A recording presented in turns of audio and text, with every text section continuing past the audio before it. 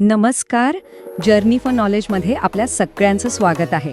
आज आपण बोलणार आहोत भारतीय रिझर्व्ह बँकेतील करिअरच्या संधींबद्दल. हो, देशातील सर्वात प्रतिष्ठित संस्थांपैकी एक. आणि हो, तुम्हाला जर अजून खोलात जाऊन माहिती हवी असेल तर संपूर्ण भरती प्रक्रियेची PDF लिंक आम्ही खाली डिस्क्रिप्शन बॉक्समध्ये दिलेली आहे. तर आपण आज RBIच्या फायनल वर्ष 2026साठीच्या करिअर संधींबद्दल बोलतोय. आणि हे बघा, ही काही साधीसुधी नोकरी नाहीये. ही एक प्रकारची वचनबद्धता आहे. देशाच्या आर्थिक भविष्याला आकार देण्याची एक जबरदस्त संधी. विचार करा, इथला प्रत्येक निर्णय थेट देशाच्या अर्थव्यवस्थेवर परिणाम करतो. ठीक आहे, तर मग सुरुवात करूया का? आपण हे सगळं 5 सोप्या भागांमध्ये समजून घेणार आहोत. सगळ्यात आधी RBIमध्ये करिअर करणं इतकं महत्त्वाचं का आहे? मग 2026साठी नक्की कोणती पदं आहेत? त्यासाठी पात्रता काय लागेल? निवड प्रक्रिया कशी असणार आहे? आणि सगळ्यात शेवटी पण तितकंच महत्त्वाचं, अर्ज कसा करायचा? चला तर मग आपला पहिला मुद्दा, राष्ट्र घडवणारं करिअर. हे ऐकायला खूप मोठं वाटतं नाही का? पण खरंच RBIमध्ये काम करणं म्हणजे फक्त एखादं पद सांभाळणं नाहीये. याचा अर्थ आहे देशाची आर्थिक स्थिरता आणि विकास या मोठ्या चित्राचा तुम्ही एक अविभाज्य भाग बनता. आणि हे बघा, तुमचे राष्ट्र घडवा, तुमचे करिअर घडवा. RBIची ही टॅगलाईनच सगळं काही सांगते. म्हणजे इथे तुमचं करिअर तर घडणारच आहे, पण त्याच वेळी तुमच्या कामातून तुम्ही देशाच्या प्रगतीमध्ये थेट योगदान देत असता. ही दुहेरी संधी आहे.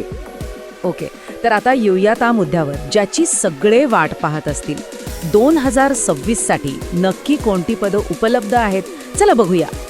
तर या भरतीमध्ये एकूण 21 जागा आहेत. आता प्रश्न हा आहे की या 21 जागा नक्की कोणत्या पदांसाठी विभागल्या गेल्या आहेत? तर ही आहे पदांची विभागणी. तुम्ही बघू शकता, ग्रेड A आणि ग्रेड B मध्ये मिळून एकूण 21 जागा आहेत. यात विधी अधिकारी, मॅनेजर, टेक्निकल सिव्हिल आणि इलेक्ट्रिकल आणि सहाय्यक व्यवस्थापक, राजभाषा आणि सुरक्षा यांसारखी वेगवेगळी पदं आहेत.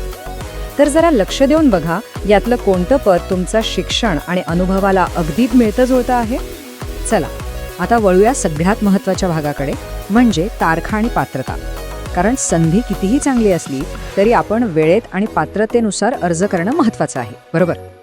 या तारखा ह्या आपल्या कॅलेंडरमध्ये लगेच मार्क करून ठेवा.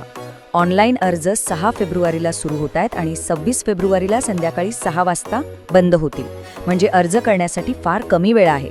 आणि परीक्षेची तारीख आहे 14 मार्च. त्यामुळे अजिबात वेळ वाया घालवायचा नाहीये. ठीक आहे, तारखा तर कळाल्या, पण अर्ज करण्याआधी सगळ्यात पहिली आणि मूलभूत अट म्हणजे राष्ट्रीयत्व. इथे दिलेल्या नियमानुसार आपण पात्र असायला हवं. एकदा ही अट पूर्ण झाली की मग आपण प्रत्येक पदासाठी लागणाऱ्या विशिष्ट पात्रतेकडे वळू शकतो. आता बघा, इथे प्रत्येक पदासाठी वयोमर्यादा आणि शैक्षणिक पात्रता काय हवी आहे हे स्पष्टपणे दिले. जसं की विधी अधिकारी पदासाठी कायद्याची पदवी, तर मॅनेजर सिव्हिलसाठी सिव्हिल इंजिनिअरिंगची पदवी. मी सुचवेन की आपण इथे थोडं थांबून आपल्या पदासाठी लागणारी पात्रता नीट तपासून घ्यावी. आणि हो, फक्त शिक्षण पुरेसं नाहीये, अनुभव सुद्धा खूप महत्त्वाचा आहे. इथे आपण पाहू शकता की प्रत्येक पदासाठी किती वर्षांचा अनुभव आवश्यक आहे. उदाहरणार्थ, विधी अधिकारी पदासाठी 2 वर्षांचा अनुभव, तर सुरक्षा सहाय्यक व्यवस्थापकासाठी तब्बल 10 वर्षांची कमिशनर्ड सेवा आवश्यक आहे. त्यामुळे आपला अनुभव इथे बसतोय का हे नक्की तपासा. बरं, समजा आपण पात्र आहोत, मग पुढे काय? मग येतो सर्वात आव्हानात्मक टप्पा, तो म्हणजे निवडीचा मार्ग. चला समजून घेऊया की RBI आपली निवड प्रक्रिया कशी राबवते. आता सगळ्या पदांची परीक्षा पद्धत सांगून गोंधळ करण्यापेक्षा आपण एक उदाहरण घेऊया. सहाय्यक व्यवस्थापक राजभाषा या पदाची परीक्षा कशी असेल हे आपण पाहूया. यावरून आपल्याला एकंदरीत प्रक्रियेचा अंदाज येईल. तर बघा, या पदासाठी एकूण 235 गुणांची निवड प्रक्रिया आहे. यामध्ये 150 गुणांचा पेपर 1 आहे जो ऑब्जेक्टिव्ह असेल. त्यानंतर 50 गुणांचा पेपर 2 जो वर्णनात्मक म्हणजे डिस्क्रिप्टिव्ह असेल. आणि शेवटी 35 गुणांची मुलाखत. या तिन्हींच्या एकत्रित गुणांवरून अंतिम निवड होईल. एक अत्यंत महत्त्वाची सूचना, पेपर 1 मध्ये निगेटिव्ह मार्किंग आहे. म्हणजे प्रत्येक चुकीच्या उत्तरासाठी त्या प्रश्नाच्या एकूण गुणांपैकी 1/4 गुण कापले जातील. त्यामुळे उत्तर देताना 100% खात्री असेल तरच ते द्या. इथे अचूकतेला खूप जास्त महत्त्व आहे. आणि हे नियम जवळपास सर्वच पदांसाठी लागू आहेत. म्हणजे ऑनलाईन किंवा ऑफलाईन परीक्षा आणि त्यानंतर मुलाखत. तुमची अंतिम निवड या दोन्हींमधल्या कामगिरीवरच ठरेल. आणि हो, प्रश्नपत्रिका हिंदी आणि इंग्रजी दोन्ही भाषांमध्ये असेल आणि मुलाखतीसाठी भाषा निवडण्याचं स्वातंत्र्यही आपल्याला असेल. ओके, सगळं काय समजून घेतल्यानंतर आता वेळ आहे ॲक्शन घेण्याची, म्हणजे अर्ज कसा करायचा. चला, अर्ज करण्याची सोपी प्रक्रिया समजून घेऊया. अर्ज करण्याआधी आपल्याला अर्ज शुल्क किती आहे हे पाहावं लागेल.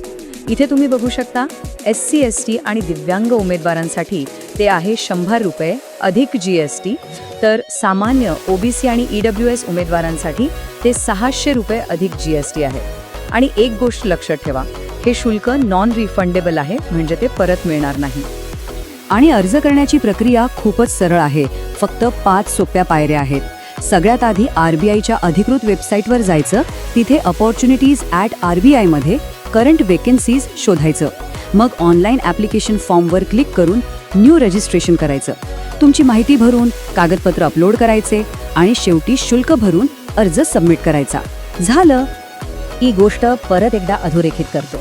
अर्ज फक्त आणि फक्त ऑनलाईनच करायचा आहे आणि तोही RBIच्या अधिकृत वेबसाईट www.rbi.org.in